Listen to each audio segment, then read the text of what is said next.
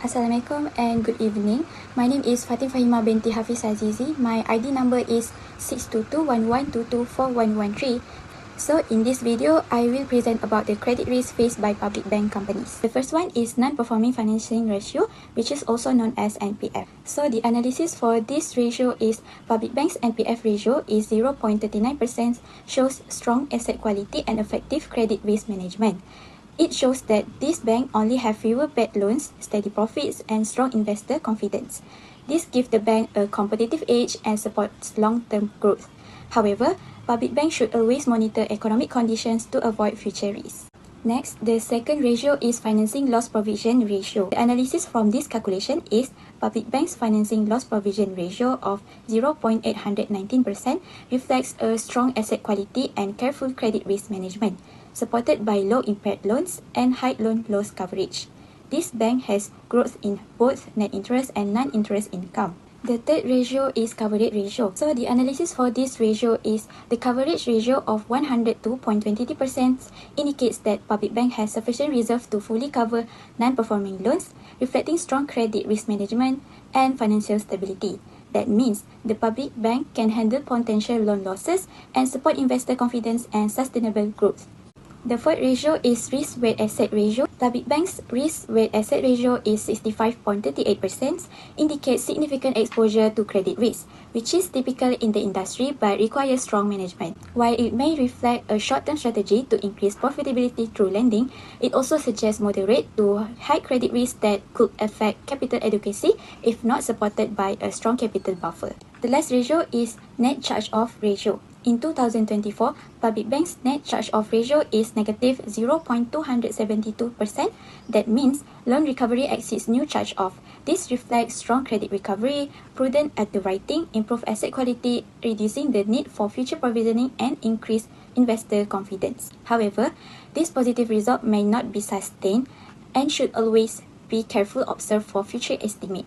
A public bank Berhad show a strong in managing market risk. Firstly, the bank has a positive interest rate sensitivity gap over 26 billion. This means it holds more interest rate sensitive asset than liabilities. If interest rate increase, the banks tend to benefit because it will earn more income from loan and investment, while the cost of its liability remains relatively lower. This shows that the public bank is in a good position to take advantage of a rising interest rate environment. Secondly, the net interest margin is 2.2%. This figure tells us that for every 100 of earning asset, the bank earns about 2 ringgit 22 cents in net interest. This is a healthy margin and reflect the bank efficiency and profitability in managing its lending and deposit activities. Lastly, the PE ratio indicates that to 12 ringgit 40 cents that investors are confident in public bank stability and growth. Investors are willing to pay 12 ringgit for every 1 ringgit of the bank's earning, which shows strong trust in the bank's long-term performance. Overall, these three indicators demonstrate that the public bank is not only financially stable but also well prepared to face change in the market environment. The bank is managing risk wisely while maintaining strong profitability investor trust. In conclusion, we assess public banks' liquidity using several key ratios, and overall, the results show strong performance. Starting with the liquidity coverage ratio, we focus on operating the high-quality liquid assets, which total over 60 billion. While we didn't compute the full LCR, this high value alone shows that the bank has a solid buffer to handle short-term financial stress. For the net stable funding ratio, public banks scored an impressive 182.54%, which is well above the regulatory minimum. This indicates strong long-term funding stability and low liquidity risk. The financing to deposit ratio came in at 99.58%, meaning the bank is efficiently using deposits for financing while still keeping a small buffer, right in line with Bank Negara Malaysia's guidelines. Next, the liquidity debt ratio was 19.5%, showing that about 1/5 of short-term liabilities can be covered by liquid assets. This is reasonable for a large commercial bank. Finally, the cash ratio was 3%, meaning 3 ringgit in cash is held for every 100 ringgit in deposits. That's considered healthy for a bank with strong access to other funding sources. Overall, this ratio confirms that public bank is managing its liquidity very well, both in the short and long term. Assalamualaikum to Saiful Azhar. My name is NURUL binti MUSTAFA, and I will briefly summarize my part of the analysis, which focuses on commercial capital risk at public bank. So as we know, commercial capital risk refers to the risk that a bank may not have enough capital to absorb losses or meet regulatory requirements. So in Islamic banking, this also includes the responsibility to operate ethically and protect depositors' wealth. So in this commercial capital risk, we have analyzed 5 key financial ratios, which is first, public bank's capital adequacy ratio is 17.68% and the Tier 1 capital ratio is 15.54%, and both well above regulatory benchmarks, showing strong resilience and capital strength.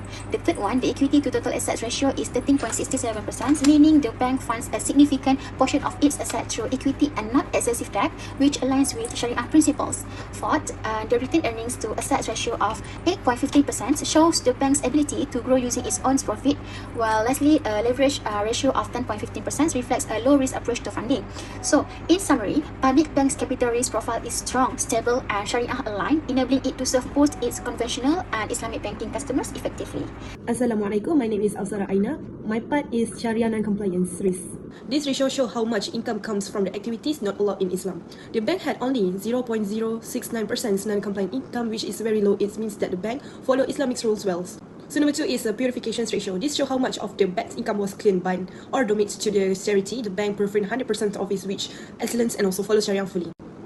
Okay, number 3 is profit sharing investments account, PSIA. The total deposits for this ratio show how much is used in the profit sharing deals, which follow the Islamic finance. A higher ratio means more Islamic accounts and also contracts. This aspect number is not clean and from the report. Number 4 is tawarruk financing to total financing. The value of the tawarruk financing show you how much of a bank financing is directly related to the tawarruk, okay, and also transaction, a Sharia compliance way to offer cash through community deals.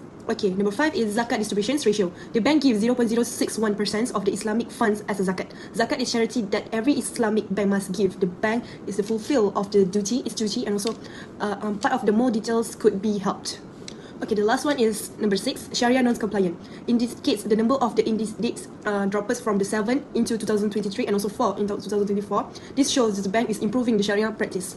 In the conclusions, overall the bank is doing well and also in following Sharia rules. This strong with the governance and also the qualifications and also prefer compliance.